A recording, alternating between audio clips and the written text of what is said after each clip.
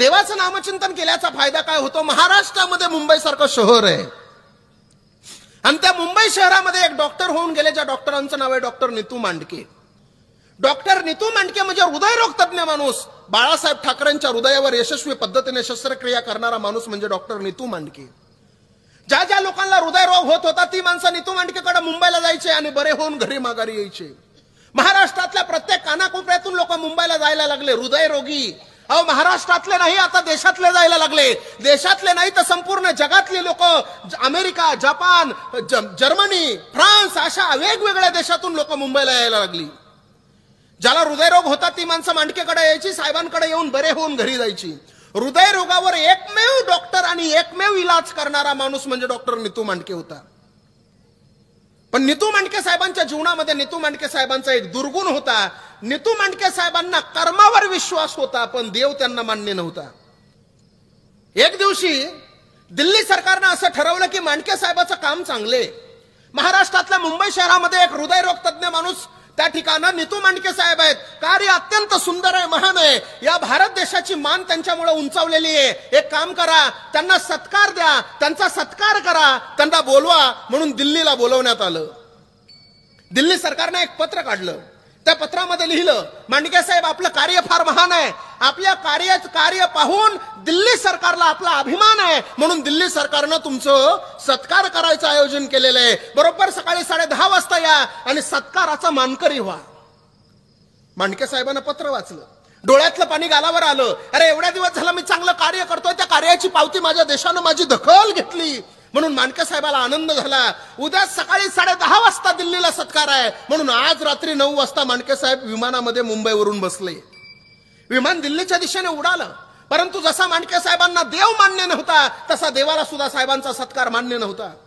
त्या विमानामध्ये कुठलातरी बिघाड झाला आणि ते विमान एका आपत्कालीन ठिकाणी लँडिंग करण्यात आलं, उतरवण्यात आलं. जिथं विमान उतरवलं होतं तिथं घडीमध्ये पाहिलं रात्रीचे 2 वाजलेले आहेत. चौकशी केंद्राकडे गेले, इथून पुढे दिल्लीला जायला विमान किती वेळाने तपासाअंती कळालं की इथून पुढे दिल्लीला जायला विमान 10 तासाने. रात्रीचे 2 वाजले. मला उद्या सकाळी 10:30 पर्यंत दिल्लीला पोहोचायचंय. विमानाची सोय नाही, नेमकं करायचं काय? पण बुद्धिवान माणूस होता. त्या बुद्धिवान नीतू मांडके साहेबांनी एक भाड्याची गाडी बोलवली. भाड्याच्या गाडीमध्ये मांडके साहेब बसले. त्या गाडीचा वेग वाऱ्याच्या गतीने दिल्लीच्या दिशेने गाडी धाव घेऊ लागली. परंतु हा सत्कार नियतीला मान्य नव्हता, देवाला मान्य नव्हता. ढगांचा कडकडाट झाला, दुधोशा पद्धतीचा पाऊस पडू लागला. त्या पडत्या पावसामध्ये वाऱ्याच्या गतीने दिल्लीच्या दिशेने गाडी धाव घेत होती. परंतु पुढे नेमका एक अरुंद पूल आला. त्या पुलावरून मांडके साहेबांचा रस्ता चुकला. 10 किलोमीटर, 20 किलोमीटर, 50, 100 किलोमीटर चुकीच्या रस्त्याने प्रवास झाला. पहाटेचे 5 वाजले आणि दिल्ली काही दिसत नाही. मांडके साहेबाच्या लक्षामध्ये आलं आपला रस्ता चुकलेला आहे. ड्रायव्हरचा हात दाबला. सांगितलं, ड्रायव्हर गाडीला कुठंतरी ब्रेक मारा, रस्ता चुकलाय, आपला सत्कार आता सत्काराच्या ठिकाणी आपण पोहोचू शकत नाही. ड्रायव्हरनं रस्त्याच्या बाजूला एक झोपडी पाहिली. झोपडीच्या समोर आपल्या गाडीला ब्रेक लावलं. मांडके साहेब गाडीतून उतरले. त्या झोपडीमध्ये 2 तास थांबण्याची व्यवस्था होते का म्हणून पाहण्यासाठी मांडके साहेब झोपडीच्या समोर गेले. झोपडीचा दरवाजा वाजवणार तेवढ्यात त्या दरवाजाच्या सांधीतून आतमध्ये एक दृश्य पाहिलं. दृश्य असं होतं की एक विधवा बाई होती. एक पाळणा बांधलेला होता. त्या पाळण्याला दोरी बांधलेली होती आणि त्याच्यामध्ये श्रीकृष्ण परमात्म्याची मूर्ती ठेवलेली होती. ती विधवा बाई झोका देत देत भजन करत होती. श्रीकृष्ण गोविंद हरे मुरारी, हे नाथ नारायण वासुदेवा. तिचं भजन चालू होतं. पण मांडके साहेबाला ते मान्य नव्हतं. देवच मान्य नव्हता तर भजन कुठलं मान्य? तरी सुद्धा घाबरत घाबरत मांडके साहेबाचा नाविलाज असल्यामुळे त्या झोपडीचा दरवाजा वाजवला. त्या विधवा बाईनं झोपडीचा दरवाजा उघडला. विचारलं, कोण आपण? साहेबांना सांगितलं नाही स्वतःचं नाव. साहेबांना स्वतःचा परिचय दिला नाही, स्वतःचं नाव सांगितलं नाही. फक्त साहेबांना एवढंच सांगितलं की आम्ही दिल्लीला चाललो होतो, रस्ता चुकलोय, तुझ्या इथं थोड्या वेळ थांबण्याची व्यवस्था होईल का? ती विधवा बाई म्हणती, साहेब आमचं कामच आहे अतिथी देवो भव. या घरामध्ये घेतलं, बसायला घोंगडी टाकली. साहेबांना एक पाण्याचा तांब्या भरून दिला. साहेबांनी पाणी ग्रहण केलं आणि त्या ताईनं सांगितलं, साहेब 2 मिनिटं थांबा, तुम्हाला चहा टाकते. चुलीवर चहा टाकला महिला मंडळ. चहा टाकला पण देवाच्या नामचिंतनाची एवढी वेडी होती, तिला वाटलं चहा उकळेपर्यंत पुन्हा पाळण्याच्या समोर जाऊ, देवाचं भजन करू. पुन्हा पाळण्याच्या पुढे गेली, पुन्हा भजन करायला लागली, पुन्हा झोका द्यायला लागली. श्रीकृष्ण गोविंद हरे मुरारी, हे नाथ नारायण वासुदेवा. 5 मिनिटं, 10 मिनिटं, 15 मिनिटं, 20 मिनिटं भजनामध्ये दंगून गेली, रममान होऊन गेली. अचानक लक्षामध्ये आलं, कोणीतरी पाहुणा आलाय, चुलीवर चहा टाकलाय, पुन्हा उठली, धावत धावत चुलीकडे गेली, पाहिलं तोपर्यंत सगळा चहा जळून गेलेला होता. पुन्हा साहेबांकडे आली. साहेबाला काय म्हणली माहिती? साहेब 2 मिनिटं थांबा, तुम्हाला दुसरा चहा टाकते. आता मात्र साहेब तिला म्हणले, ए ताई, मला तुझ्या घरचा चहा आता प्यायचा आहे, पण माझ्या अगोदर 2 प्रश्नाची उत्तरं मला मिळाली तर मी चहा पिणार आहे. ती ताई म्हणली, साहेब तुमचं नाव तरी सांगा. साहेब म्हणले, माझं नाव मी नंतर सांगतो, अगोदर माझ्या प्रश्नाची उत्तर दे. न राहून त्या मांडके साहेबांना तिला पहिला प्रश्न विचारला, का ग ताई, गेली अर्धा तास झाला मी पाहतोय त्या पाळण्याला तू झोका देतीये, त्या पाळण्यामध्ये नेमकं कोण आहे?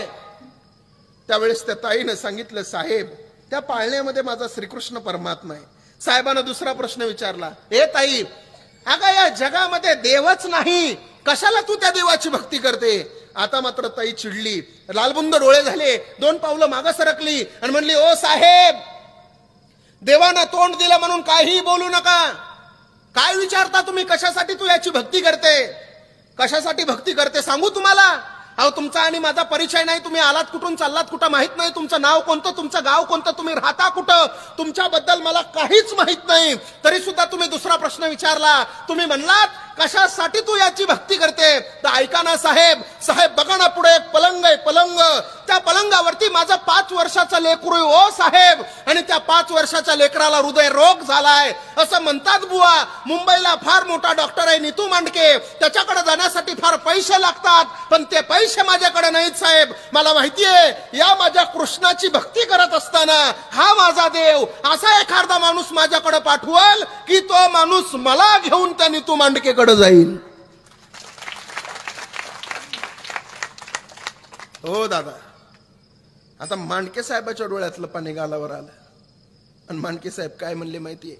ए ताई, ए ताई, अगं ज्याच्याकडे गाडी आहे, ज्याच्याकडे बंगला आहे, ज्याच्याकडे माडी आहे, ज्याच्याकडे पैसा आहे, ती माणसं नीतू मांडकेला भेटण्यासाठी मुंबईला येतात, पण ज्याच्याकडे एकनिष्ठतेने देवाचं नामचिंतन आहे त्याला भेटण्यासाठी आज मुंबईवरून नीतू मांडके तुझ्या कुटियात हजर आहे. ही नामचिंतनाची ताकद आहे.